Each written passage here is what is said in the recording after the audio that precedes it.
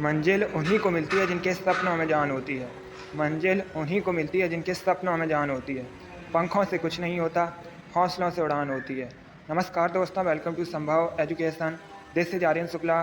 दोस्तों, आज की क्लास में हम जीके के इंपॉर्टेंट क्वेश्चन डिस्कस करेंगे। ये टॉप के क्वेश्चन होंगे।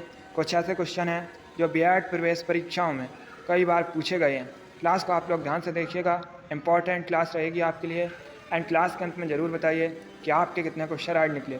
सबसे पहले आप लोग क्लास को लाइक करिए, अपने फ्रेंड ग्रुप सभी जगह शेयर कर दीजिएगा ताकि ज़्यादा से ज़्यादा लोग जुड़ सकें। और जो फ्रेंड इस चैनल पर नए हैं वो चैनल को सब्सक्राइब करेंगे, बेल आइकन को प्रेस कीजिए ताकि सभी नोटिफिकेशन आप तक पहुंच सकें। एंड क्लास के अंत में ज़रूर बताइएगा कि आपके कितने क्वेश्चन आज निकले। चलिए शुरू करते हैं आज की क्लास। फर्स्ट के लिए आंसर करिए। अच्छा क्वेश्चन है, हिस्ट्री से संबंधित क्वेश्चन है। आपको बताना है सातवाहन वंश के सबसे महान शासक कौन थे। बताइएगा सातवाहन वंश के सबसे महान शासक कौन थे। ऑप्शन दिए गए ऑप्शन इस प्रकार हैं। Option number A Pushyamitra Shunga, option number B Gautamiputra Satakarni, option number C Simuka, या option number D none of these, इनमें से कोई नहीं। आपको बताना है सातवाहन वंश के सबसे महान शासक कौन थे। सभी लोग आंसर करिएगा, ऑप्शन को ध्यान से पढ़िए, उसके बाद ही आंसर करिए। Very good. इसका right answer option number B होगा, Gautamiputra Satakarni. Yes, option number B correct answer है दोस्तों।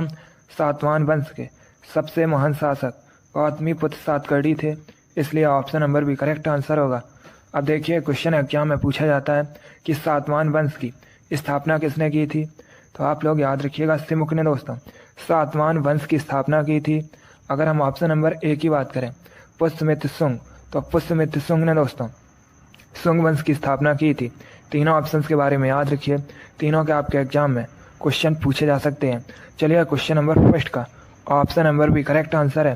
सातवाहन वंश के सबसे महान शासक गौतमीपुत्र सातकर्णी थे। आगे बढ़ते हैं। अब आंसर करिए क्वेश्चन नंबर 2 के लिए। ये क्वेश्चन आपके एग्जाम में पूछा हुआ क्वेश्चन है, इसी प्रकार से पूछा गया था। आपको बताना है रेहंद नदी किस नदी की सहायक नदी है। बताइएगा रेहंद नदी किस नदी की सहायक नदी है। ऑप्शन नंबर ए गंगा की, ऑप्शन नंबर बी यमुना की, ऑप्शन नंबर सी सोन की, या ऑप्शन नंबर डी गोमती की। क्वेश्चन नंबर 2 के लिए आंसर करिए। Very good. इसका right answer option number C होगा, सोन नदी की। Yes, option number C correct answer है दोस्तों। रेहंद सोन नदी की सहायक नदी है, इसलिए option number C correct answer होगा। अगला क्वेश्चन देखते हैं। अब क्वेश्चन नंबर 3 के लिए आंसर करिए। करेंट से क्वेश्चन है। आपको बताना है वर्तमान में भारत के स्वास्थ्य मंत्री हेल्थ मिनिस्टर कौन है। बताइएगा वर्तमान में भारत के स्वास्थ्य मंत्री कौन है। ऑप्शन इस प्रकार है। Option number A Dharmendra Pradhan, option number B Mansukh Mandaviya, option number C Rajnath Singh, या option number D none of these. आपको बताना है भारत के हेल्थ मिनिस्टर कौन है। Good. Right answer option number B होगा, Mansukh Mandaviya. Yes, option number B correct answer है दोस्तों। मनसुख मंडाविया वर्तमान में स्वास्थ्य मंत्री है, इसलिए option number B correct answer होगा। धर्मेंद्र प्रधान वर्तमान में एजुकेशन मिनिस्टर शिक्षा मंत्री हैं। राजनाथ सिंह दोस्तों रक्षा मंत्री हैं। तो आप लोग इनके बारे में याद रखिएगा, यहाँ से आपके एग्जाम में क्वेश्चन पूछे जा सकते हैं। क्वेश्चन नंबर 3 का option number B correct answer है, स्वास्थ्य मंत्री मनसुख मंडाविया हैं। अगला क्वेश्चन देखते हैं। क्वेश्चन नंबर 4 के लिए आंसर करिए। क्वेश्चन है दोस्तों बौद्ध अंतर्राष्ट्रीय सर्किट निम्नलिखित में से किस शहर में है। बताइएगा बौद्ध अंतर्राष्ट्रीय सर्किट इनमें से किस शहर में है। सभी लोग आंसर करिए क्वेश्चन नंबर 4 के लिए। दोस्तों आपके एग्जाम में इसी प्रकार के क्वेश्चन पूछे जाते हैं। जो क्वेश्चन का लेवल है वो यही रहता है, तो आप लोग ध्यान से क्लास को देखिएगा। क्लास के अंत में अपना स्कोर जरूर बताइए कि आपके कितने क्वेश्चन राइट निकले। Very good. इसका right answer option number C होगा, greater Noida. Yes, option number C correct answer है। उत्तर प्रदेश के ग्रेटर नोएडा में बौद्ध अंतर्राष्ट्रीय सर्किट स्थित है, इसलिए option number C correct answer होगा। आगे बढ़ते हैं। क्वेश्चन नंबर 5 के लिए आंसर करिए। यह भी अच्छा क्वेश्चन है। आपको बताना है कैलिफोर्निया विश्वविद्यालय कहाँ पर है। बताइएगा कैलिफोर्निया विश्वविद्यालय कहाँ पर है। ऑप्शन नंबर ए ऑस्ट्रेलिया में, बी ऑप्शन है दोस्तों ब्राज़ील में, सी यूएसए में, या डी नेपाल में। आपको बताना है कैलिफोर्निया विश्वविद्यालय कहाँ पर है। यह भी क्वेश्चन आपका एग्जाम में पूछा हुआ क्वेश्चन है, इसी प्रकार से पूछा गया था। इसका right answer option number C होगा, USA. Yes, option number C correct answer है दोस्तों। कैलिफोर्निया विश्वविद्यालय यूएसए में स्थित है, इसलिए option number C correct answer होगा। अब देखिए, अगर हम यूएसए की बात करें दोस्तों, यूएसए उत्तरी अमेरिका महाद्वीप के अंतर्गत आता है। यूएसए की राजधानी वाशिंगटन डीसी है। वर्तमान में यूएसए के प्रेसिडेंट जो बाइडन है और वर्तमान में दोस्तों यूएसए के उपराष्ट्रपति कमला हैरिस हैं। एक क्वेश्चन एग्जाम में पूछा गया था कि यूएसए का नेशनल स्पोर्ट राष्ट्रीय खेल क्या है, तो आप लोग याद रखिएगा बेसबॉल दोस्तों यूएसए का राष्ट्रीय खेल है। क्वेश्चन नंबर 5 का option number C correct answer है। कैलिफोर्निया विश्वविद्यालय यूएसए में स्थित है। अगला क्वेश्चन देखते हैं। अब क्वेश्चन नंबर 6 के लिए आंसर करिए।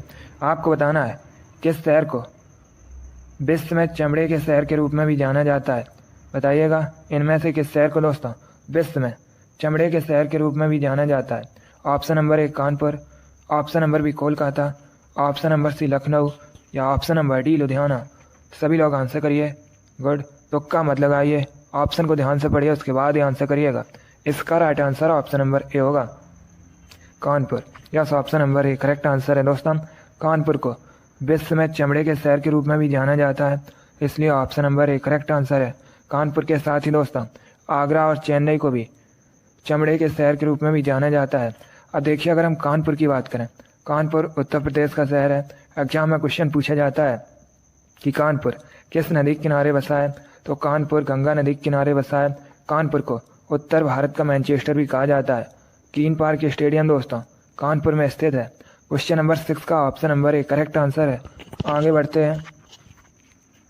अब क्वेश्चन नंबर 7 के लिए आंसर करिए। बताइएगा 7 टापुओं के शहर के नाम से किसे जाना जाता है। आपको बताना है भारत में किस शहर को 7 टापुओं के शहर के नाम से जाना जाता है। ऑप्शन नंबर ए दिल्ली को, ऑप्शन नंबर बी जयपुर को, ऑप्शन नंबर सी लुधियाना को या ऑप्शन नंबर डी मुंबई को। सभी लोग आंसर करिए क्वेश्चन नंबर 7 के लिए। डेली आपकी क्लास होती है स्पेशल आपके एग्जाम के लिए, तो आप लोग डेली क्लास को ज्वाइन कीजिएगा।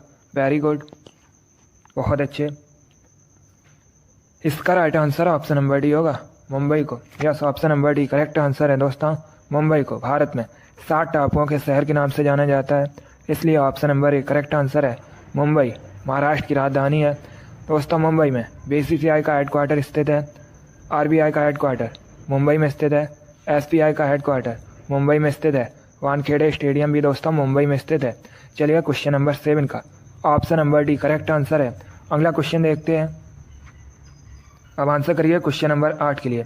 आपको बताना है देवभाषा कौन सी है, बताइएगा देवभाषा कौन सी है। गुड, जिसने अभी क्लास को लाइक नहीं किया है वो लाइक कर दीजिएगा, और जो फ्रेंड इस चैनल पर नए हैं वो चैनल को सब्सक्राइब करेंगे, बेल आइकन को प्रेस कीजिए ताकि सभी नोटिफिकेशन आप तक पहुंच सकें। देखिए, क्लास को ज़्यादा से ज़्यादा शेयर भी कीजिएगा। वेरी गुड, आपको बताना है देवभाषा कौन सी है। Right answer option number C होगा, Sanskrit. Yes, option number C correct answer है। संस्कृत देवभाषा है, इसलिए option number C correct answer है। एग्जाम में क्वेश्चन पूछा जाता है कि संस्कृत इसकी लिपि क्या है, तो मैंने आपको कई बार बताया है संस्कृत भाषा की लिपि दोस्तों देवनागरी है। चलिए, क्वेश्चन नंबर 8 का option number C correct answer है। बहुत अच्छे, इसी प्रकार से आप लोग आंसर करिए। आगे बढ़ते हैं। अब क्वेश्चन नंबर 9 के लिए आंसर करिएगा। आपको बताना है कारगिल विजय दिवस कब मनाया जाता है। यह भी क्वेश्चन आपके एग्जाम में पूछा हुआ क्वेश्चन है, इंपॉर्टेंट है। बताइएगा कारगिल विजय दिवस कब मनाया जाता है। बहुत अच्छे, इसका right answer option number B होगा, 26 जुलाई को। Yes, option number B correct answer है। 26 जुलाई को प्रतिवर्ष कारगिल विजय दिवस मनाया जाता है, इसलिए option number B correct answer है। चलिए, क्वेश्चन नंबर 9 का option number B correct answer है। कारगिल विजय दिवस 26 जुलाई को मनाया जाता है। अगला क्वेश्चन देखते हैं। अब क्वेश्चन नंबर 10 के लिए आंसर करिए। आपको बताना है भारत में सबसे अधिक मूंगफली का उत्पादन किस राज्य में होता है। बताइएगा भारत में दोस्तों सबसे अधिक मूंगफली का उत्पादन किस राज्य में होता है। गुड, बहुत अच्छे, इसका right answer option number A होगा, Gujarat. Yes, option number A correct answer है दोस्तों। गुजरात में सबसे अधिक मूंगफली का उत्पादन होता है भारत में, इसलिए option number A correct answer है। आगे बढ़ते हैं। क्वेश्चन नंबर 11 के लिए आंसर करिएगा। आपको बताना है बंगाल विभाजन किस वायसराय के समय में हुआ था। पहली बात तो आप लोग याद रखिएगा, बंगाल विभाजन कब हुआ था। 1905 में हुआ था, 1905 में हुआ था। अब बताइएगा किस वायसराय के समय में हुआ था। चलिए, क्वेश्चन नंबर 11 के लिए आंसर करिएगा। यह भी इंपॉर्टेंट क्वेश्चन है। यह भी क्वेश्चन आपके एग्जाम में पूछा हुआ क्वेश्चन है। गुड। इसका right answer option number C होगा, Lord Curzon. Yes, option number C correct answer है। बंगाल विभाजन लॉर्ड कर्जन के समय में हुआ था, इसलिए option number C correct answer होगा। कब हुआ था? 1905 में। आगे बढ़ते हैं।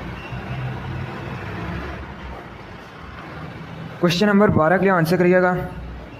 अच्छा क्वेश्चन है, आपको बताना है राजा राम मोहन राय को युगदूत किसने कहा था? बताइएगा, राजा राम मोहन राय को युगदूत किसने कहा था?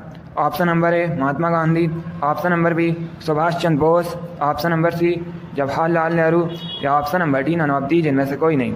आपको बताना है राजा राम मोहन राय को युगदूत किसने कहा था? Right answer option number B होगा, सुभाष चंद्र बोस ने। Yes, option number B correct answer है दोस्तों।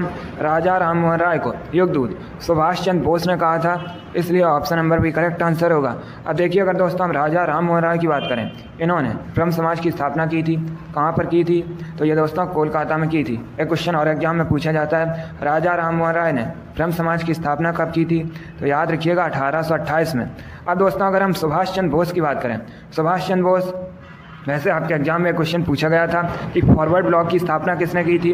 तो याद रखिएगा सुभाष चंद्र बोस ने। और कब की थी? तो ये की थी दोस्तों 1939 में। इतना आप लोग याद रखिएगा, एग्जाम में पूछे जा सकते हैं यहाँ से क्वेश्चन। क्वेश्चन नंबर 12 का ऑप्शन नंबर भी करेक्ट आंसर होगा। आगे बढ़ते हैं। क्वेश्चन नंबर 13 के लिए आंसर करिए। अब आपको बताना है निम्न में से किसे मिनी हड़प्पा के नाम से जाना जाता है? बताइएगा, किसे मिनी हड़प्पा के नाम से जाना जाता है? ऑप्शन नंबर ए मोहनजोदड़ो को, ऑप्शन नंबर बी कालीबंगन को, ऑप्शन नंबर सी लोथल को, या ऑप्शन नंबर डी रंगपुर को। आपको बताना है किसे मिनी हड़प्पा के नाम से जाना जाता है। चलिए क्वेश्चन नंबर 13 के लिए आंसर करिएगा। अच्छा क्वेश्चन है, थोड़ा सा कठिन है, बट आप लोग आंसर दीजिए। गुड। आपको बताना है किसे मिनी हड़प्पा के नाम से जाना जाता है? Right answer option number C होगा, लोथल को। Yes, option number C correct answer है दोस्तों, लोथल। इसे मिनी हड़प्पा के नाम से भी जानते हैं। आगे बढ़ते हैं। क्वेश्चन नंबर 14 के लिए आंसर करिएगा। अच्छा क्वेश्चन है, सभी लोग आंसर करिए क्वेश्चन नंबर 14 के लिए। क्वेश्चन है दोस्तों, गांधी इरविन समझौता किस सन में हुआ था? चलिए बताइएगा, गांधी इरविन समझौता ये किस सन में हुआ था? एक क्वेश्चन पूछ लेते हैं, गांधी इरविन समझौता इसे और किस नाम से जाना जाता है? तो याद रखिएगा दोस्तों, दिल्ली समझौता के नाम से भी गांधी इरविन समझौता को जाना जाता है। अब आपको बताना है गांधी इरविन समझौता ये किस सन में हुआ था? चलिए बताइएगा, क्वेश्चन नंबर 14 का answer. Very good. Right answer option number भी होगा 1931 में। यस, ऑप्शन नंबर भी करेक्ट आंसर है दोस्तों। गांधी इरविन समझौता ये 1931 में हुआ था, इसलिए ऑप्शन नंबर भी करेक्ट आंसर होगा। चलिए क्वेश्चन नंबर 14 का ऑप्शन नंबर भी करेक्ट आंसर होगा। अगला क्वेश्चन देखते हैं। क्वेश्चन नंबर 15 के लिए आंसर करिए। आपको बताना है आमेर का किला, आमेर का किला कहाँ स्थित है? चलिए क्वेश्चन नंबर 15 के लिए आंसर करिएगा। ऑप्शन नंबर ए राजस्थान में, ऑप्शन नंबर बी गुजरात में, ऑप्शन नंबर सी हिमाचल प्रदेश में, या option number D Madhya Pradesh में। आपको बताना है आमेर फोर्ट ये कहाँ पर स्थित है। क्वेश्चन नंबर 15 के लिए आंसर करिएगा। गुड। राइट आंसर है ऑप्शन नंबर ए होगा, राजस्थान में। Yes, option number A correct answer है दोस्तों। आमेर का किला राजस्थान में स्थित है, इसलिए option number A correct answer होगा। क्षेत्रफल की दृष्टि से भारत का सबसे बड़ा राज्य राजस्थान है। राजस्थान की राजधानी जयपुर है। जयपुर को भारत में पिंक सिटी के नाम से भी जाना जाता है। क्वेश्चन नंबर 15 का option number A correct answer होगा। आगे बढ़ते हैं। क्वेश्चन नंबर 16 के लिए आंसर करिएगा।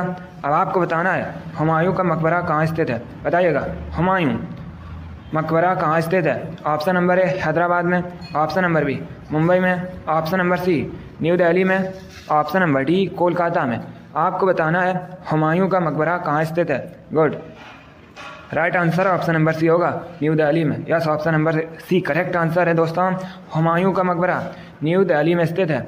आगे बढ़ते हैं। क्वेश्चन नंबर 17 के लिए आंसर करिए। क्वेश्चन है मराठा साम्राज्य में संभाजी कौन थे? बताइएगा, मराठा साम्राज्य में संभाजी कौन थे? ऑप्शन दिए गए हैं। ऑप्शन नंबर ए शिवाजी के भाई, ऑप्शन नंबर बी शिवाजी के दामाद, ऑप्शन नंबर सी शिवाजी के पुत्र, या ऑप्शन नंबर डी शिवाजी के सेना प्रमुख। आपको बताना है मराठा साम्राज्य में संभाजी कौन थे? Right answer option number C होगा, शिवाजी के पुत्र। अगला क्वेश्चन देखते हैं। क्वेश्चन नंबर 18 के लिए आंसर करिए। क्वेश्चन है दोस्तों, नागानंद की रचना आपको बताना है किस शासक द्वारा की गई थी, बताइएगा। नागानंद की रचना किस शासक द्वारा की गई थी। ऑप्शंस दिए गए हैं, आप लोग ध्यान से ऑप्शन पढ़ सकते हैं और उसके बाद ही आंसर करिएगा। Very good, right answer option number B होगा, हर्षवर्धन द्वारा। Yes, option number B correct answer है दोस्तों। नागानंद की रचना हर्षवर्धन द्वारा की गई थी, इसलिए option number B correct answer होगा। अब देखिए, अगर आपसे एग्जाम में पूछा जाए प्रियदर्शिका की रचना किसने की, तो याद रखिएगा नागानंद, प्रियदर्शिका और दोस्तों रत्नावली, इन सभी की रचना हर्षवर्धन ने की है। तो आप लोग इनके बारे में याद रखिएगा। आगे बढ़ते हैं, क्वेश्चन नंबर 19 के लिए आंसर करिए। आपको बताना है दंती दुर्ग किस वंश का संस्थापक थे, बताइएगा। दंती दुर्ग ने किस वंश की स्थापना की है। चलिए क्वेश्चन नंबर 20 के लिए आंसर करिएगा। इसका right answer option number C होगा, राष्ट्रकूट वंश की। Yes, option number C correct answer होगा।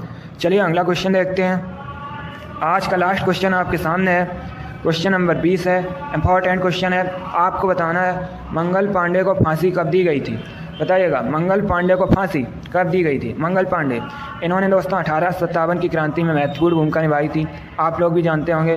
अब बताइएगा इनको फांसी कब दी गई थी। Right answer option number C होगा, 8 अप्रैल 1857 में। Yes, option number C correct answer होगा। वेरी गुड, बहुत अच्छे दोस्तों, गुड। चलिए दोस्तों, आज की क्लास में हमने जीके के इंपॉर्टेंट क्वेश्चन डिस्कस किए with extra fact. I hope आप सभी को ये क्वेश्चन समझ आए होंगे। सो आप लोग क्लास को लाइक करिए, शेयर करिए। चैनल पर नए हैं तो चैनल को सब्सक्राइब कीजिए, बेल आइकन को प्रेस कीजिए ताकि सभी नोटिफिकेशन आप तक पहुंच सकें। डेली आपकी क्लास होती है, सभी लोग डेली क्लास को ज्वाइन कीजिएगा। चलिए इसी के साथ मैं आपको मिलूँगा अगली क्लास में। Thank you guys, thank you for watching, God bless you all.